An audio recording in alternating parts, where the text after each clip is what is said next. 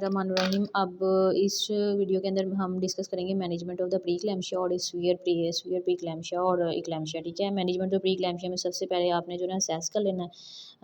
इस प्री क्लैम्शिया की असेसमेंट हमेशा हेल्थ के प्रोफेशनल जो कि ट्रेंड हो मैनेजमेंट ऑफ हाइपरटेंशन उसको करनी चाहिए। ठीक है, अगर आपको साइन ऑफ कंसर्न मिल रहे हैं तो आपने पेशेंट को ज़रूर एडमिशन ऑफर करना है हॉस्पिटल। साइन ऑफ कंसर्न क्या है कि उसका BP 160-100 से ज़्यादा आ रहा है, मटर्नल हेमाटोलॉजिकल इन्वेस्टिगेशन उसकी जो है ना डिटीरिएट करें, जैसे क्रेटिनिन राइज हो रही है, ALT राइज हो रहा है या प्लेटलेट फॉल कर रहे हैं, पेंडिंग इक्लैम्शिया के साइन आ रहे हैं, पल्मोनरी एडीमा के साइन आ रहे हैं, स्फीयर प्री क्लैम्शिया के साइन आ रहे हैं, फीटल कॉम्प्रोमाइज़ है, ये कोई और साइन है। ठीक है, अब इन्होंने ना ये दो मॉडल बताए, एक फल्पाइड्स और दूसरा prep S validated risk prediction model है। ठीक है, ये हमें बताए डिसाइड करने में हेल्प करते हैं कि कौन most appropriate place of care. ठीक है, तो जो फल्पाइड मॉडल है वो any time in the pregnancy आप यूज़ कर सकते हैं, लेकिन प्रेप एस मॉडल जो है ना ये सिर्फ 34 वीक्स तक आप यूज़ कर सकते हैं और दोनों ही आउटकम को प्रिडिक्ट नहीं करते। ठीक है, उसके बाद जो आ जाता है ट्रीटमेंट और प्री क्लैम्शिया, ये भी टेबल गेस्टेशनल हाइपरटेंशन की तरह का, इसमें भी दो क्लासेस हैं, एक 140/90 से 159 to 109 और दूसरी ग्रेटर दैन 160/110। ठीक है, एडमिशन आपने जो है अगर आप साइन ऑफ कंसर्न है तो एडमिशन करना है, सीवियर में तो आपने करना ही है। उसके बाद अगर 140/90 से BP हाई आ रहा है तो इसमें फर्स्ट क्लास में आपने एंटी हाइपरटेंसिव देनी है और सीवियर में देनी ही देनी है। ठीक है, उसके बाद आ जाता है टारगेट आपका वही 135/85 होना चाहिए। ब्लड प्रेशर आपने जो है ना एवरी 48 आवर्स और मोर फ्रीक्वेंटली अगर पेशेंट एडमिटेड है, और इसमें 15 to 30 मिनट के बाद चेक करना है। डिपस्टिक की जो है ना only repeat if clinically indicate, क्योंकि प्री क्लैम्शिया तो ऑलरेडी डायग्नोज है तो डिपस्टिक की ज़रूरत नहीं है। ठीक है, ब्लड टेस्ट आपने जो है ना ट्वाइस वीकली कराने, इसमें थ्राइस वीकली कराने। फीटल असेसमेंट का जो है ना वो सेम ही है जो गेस्टेशनल हाइपरटेंशन का था।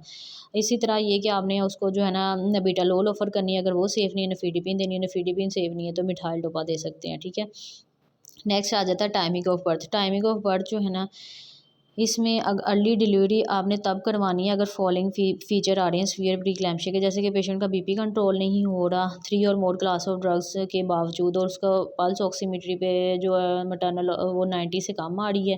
इसके अलावा उसके liver function, renal function, hemolysis, platelet count जो है ना वो डिटीरिएट कर रहे हैं, न्यूरोलॉजिकल फीचर्स आ रहे हैं, प्लेसेंटल अब्रप्शन हो गया, रिवर्स एंडास्टोलिक फ्लो है, अम्बिलिकल आर्टरी के ऊपर non shoring CTG steel birth है, अदर फीचर्स आ रहे हैं। ठीक है, तो इस कंडीशन में अर्ली बर्थ आप करवा सकते हैं, लेकिन आपने साथ में सीनियर ऑब्स्टेट्रिशियन, एनेस्थेटिक टीम और न्यूनेटल टीम इनको ज़रूर इन्वॉल्व करना है। पेशेंट को IV मैग्नीशियम सल्फेट और एंटीनाइकोटिक स्टेरॉइड ज़रूर देने हैं। ठीक है, ये फ्लो चार्ट है, इसमें भी यही बातें बताएंगे। बिफोर 34 वीक्स अगर आपने डिलीवरी करानी है तो IV मैग्नीशियम सल्फेट और कॉर्टिक स्टेरॉइड ज़रूर देने हैं। अगर 34 से 36 + 6 वीक्स तक करानी है तो आपने जो है ना कॉर्टिकोस्टेरॉइड देनी है। ठीक है, 37 वीक से ऑनवर्ड आपने जो है ना 24 आवर्स से 48 आवर्स के अंदर डिलीवरी प्लान कर लेनी है। ठीक है, नेक्स्ट आ जाता है पोस्टनेटल केयर आपने कैसे करनी है। Woman who do not take anti hypertensive, जो एंटी हाइपरटेंसिव नहीं ले रही है उनका BP 4 टाइम्स डेली चेक करना है। उसके बाद 3 to 5 डेज़ तक एक दफ़ा चेक करना है, फिर ऑल्टरनेट डे पे आ जाना है जब तक उनका ब्लड प्रेशर नॉर्मल नहीं हो जाता।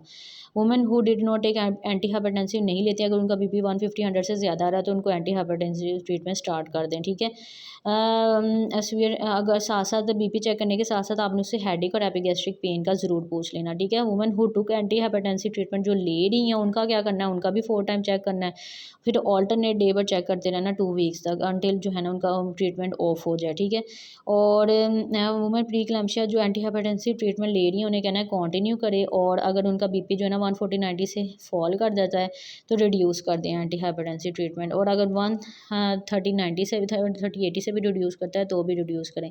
मिथाइल डोपा को 2 दिन के अंदर अंदर बंद कर दें। ठीक है, और पेशेंट को आपने जो है ना कम्युनिटी केयर में रेफ़र करने से पहले केयर प्लान ज़रूर देना है।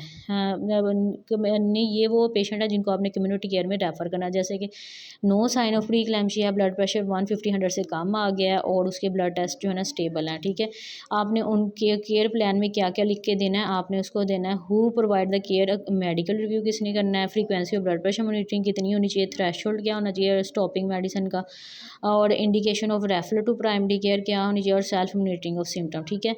इन पेशेंट का आपने जो है ना 2 वीक्स बाद जो है ना जीपी से रिव्यू ज़रूर होना है, और उसके बाद ऑल जो वुमेन है प्री इक्लेम्शिया वाली उनका 6 to 8 वीक पे भी एक रिव्यू होना है। जो हेमेटोलॉजिकल बायोकेमिकल टेस्टिंग है ना, ये आपने 48 to 72 आवर्स के बाद रिपीट करवाने हैं। अगर ये ठीक आ जाते हैं तो उनको रिपीट कराने की ज़रूरत नहीं है, ठीक है।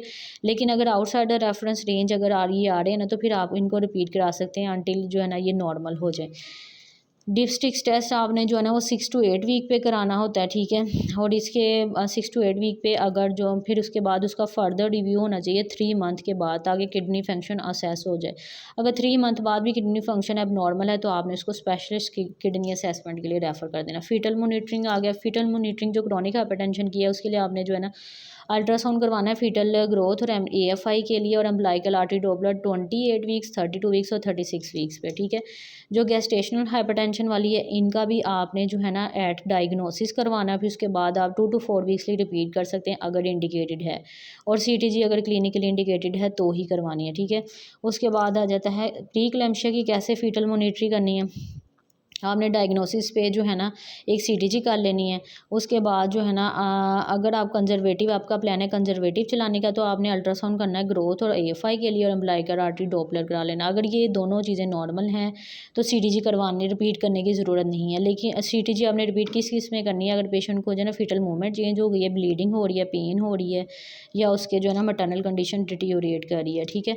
तो रिपीट अल्ट्रासाउंड आपने कब करवाना है, फिट वो अम्बिलिकल आर्टरी डॉपलर वगैरह वो एवरी 2 वीकली कराना है, ठीक है।